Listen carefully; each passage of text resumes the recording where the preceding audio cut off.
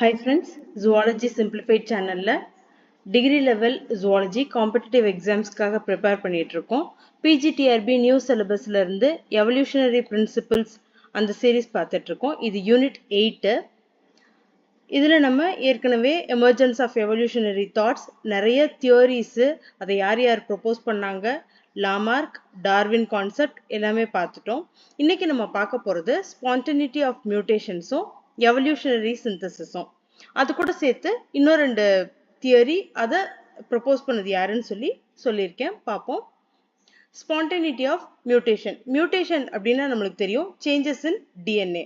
நம்மளோட genetic code அந்த DNAல point mutation இருக்கலாம், deletion இருக்கலாம், alteration இருக்கலாம், frame shift mutation, ஏதாவது ஒரு mutation ஆகிறது தான். ஓகே, அந்த mutation மூலமா ஒரு புது ஸ்பீசிஸ் உருவாகுது அல்லது ஒரு ஸ்பீசிஸ்ல ஒரு ஆர்கானிசம்ல மாற்றம் வருது, அதனால எவல்யூஷன் நடக்குது அப்படின்னா அத spontaneity of mutations அப்படின்னு சொல்றோம்.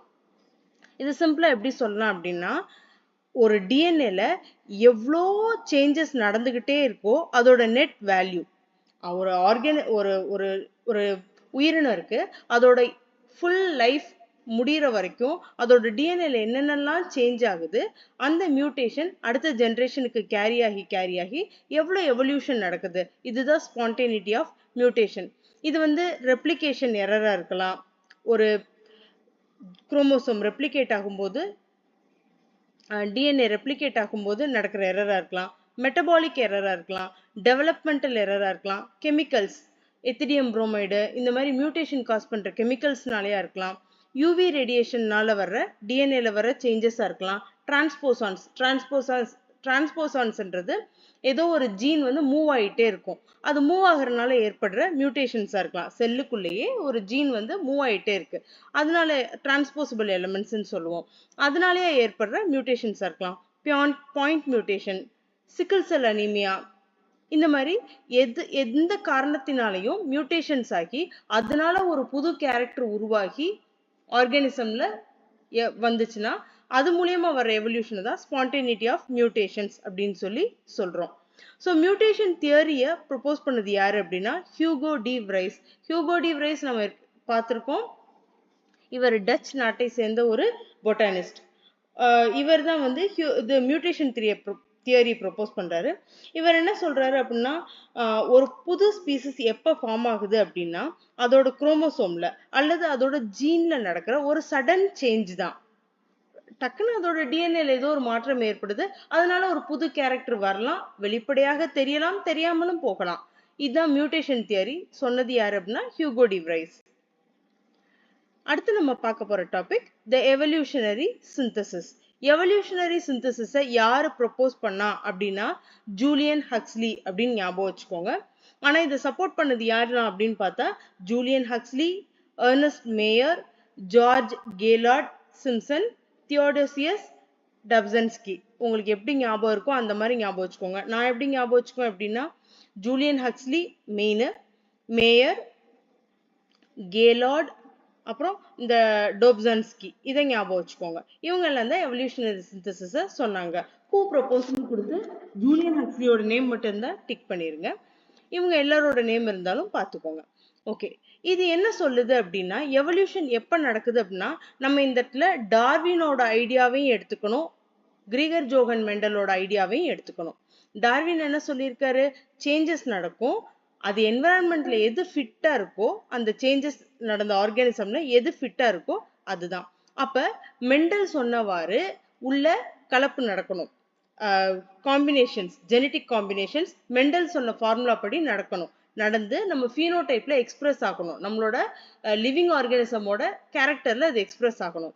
டார்வின் சொன்ன மாதிரி சேஞ்சஸ் நடக்குது, மெண்டல் சொன்ன மாதிரி அந்த மிக்சிங் நடக்குது, அது எக்ஸ்பிரஸ் ஆகணும். ஃபார் எக்ஸாம்பிள் ஒரு மியூட்டேஷன் நடக்குது ஒரு லிவிங் ஆர்கானிசம்ல அப்படின்னா அந்த மியூட்டேஷன் மூலியமா வர்ற ஃபிட்டான ஆர்கானிசம் வரும்போது அந்த பாப்புலேஷன்ல டைவர்சிட்டி நடந்துகிட்டே இருக்கும். அந்த பாப்புலேஷன்ல ஒரே மாதிரியான பாப்புலேஷன் ஆஃப் லிவிங் ஆர்கானிசம் இல்லாம வேற வேற டைவர்சிஃபைடு லிவிங் ஆர்கானிசம் நம்மளுக்கு கிடைக்கும். ஒரு டாக் இருக்கு, ஒரு நாய் இருக்கு அப்படின்னா அதோட இனத்தோடயே கலந்துகிட்டு இருக்கையில ஒரு டைவர்சிஃபிகேஷனே கிடைக்காது. ஒரு நாய் ஒரு டாபர்மேன் இருக்கு அப்படின்னா அதை வந்து வேற ஒரு இனத்தோட கலக்கும் போது ஒரு புது வகையான டைவர்சிஃபிகேஷன் வருது இல்லையா, அது மாதிரிதான்.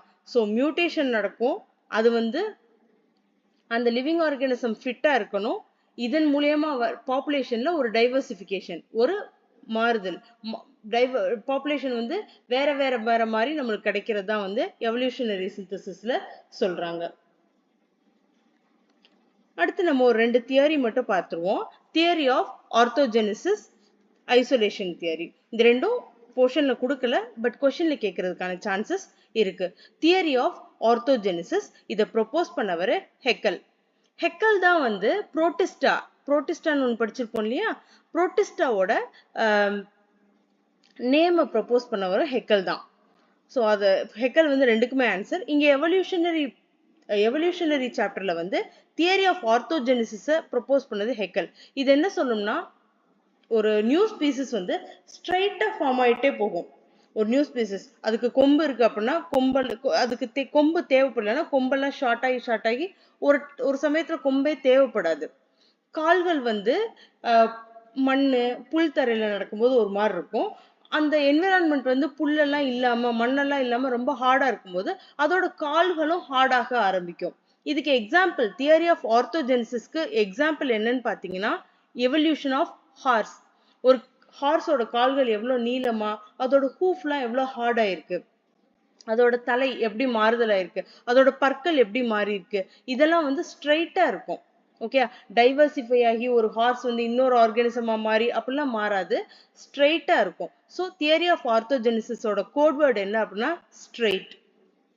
அதுக்கப்புறம் அதை ப்ரொபோஸ் பண்ணது யாரு அப்படின்னா ஹெக்கல். எக்ஸாம்பிள் என்னன்னு கேட்டாங்கன்னா எவல்யூஷன் ஆஃப் ஹார்சஸ். இவ்வளவுதான் ஆன்சர். அடுத்த தியரி என்னன்னு பார்த்தோம்னா ஐசோலேஷன் தியரி.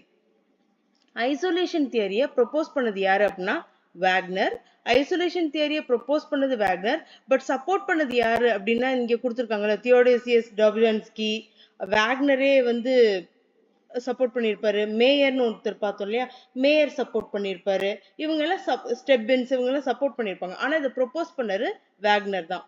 ஐசோலேஷன் தியரி அப்படின்றது ஒரு லிவிங் ஆர்கானிசம் அதோட ஸ்பீசிஸ் கூடயே பிரீட் பண்ணாம தனியா ஐசோலேட் ஆகிட்டே வருது, மைட் பி வெள்ளம் நடுவுல வந்து அந்த ஜியாகிரபிக்கல் ஏரியா மட்டும் தனித்து விடப்பட்டிருக்கலாம், அல்லது ஏதோ ஒரு காரணத்துக்காக ஒரு பிரீட் ஒரு ஸ்பீசிஸ் மட்டும் தனித்து ஐசோலேட் ஆகியே வளர்ந்துகிட்டு வருது அப்படின்னா அதுக்குள்ள கண்டிப்பா சேஞ்சஸ், அது ஒரு புது ஸ்பீசிஸா உருமாறுறதுக்கான சான்சஸ் இருக்கு. இன்டர் பிரீடிங் நடக்காம, கோட்வேர்ட் என்ன ஐசோலேஷன் தியரிக்கு, இன்டர் பிரீடிங் நடக்கக்கூடாது, ஐசோலேஷனா இருக்கணும். ஒரு இண்டிவிஜுவல் வந்து இன்டர் பிரீட் பண்ணாம ஐசோலேட் ஆகியே வரும்போது அதுங்கெல்லாம் சேர்ந்து ஒரு புது ஸ்பீசிஸா நியூ ஸ்பீசிஸ் உருவாகும் அப்படின்றதான் வேக்னர் சொன்னது. இதை பத்தி டீட்டெயிலா அடுத்தடுத்த டாபிக் வரும்போது பார்ப்போம். தேங்க்யூ.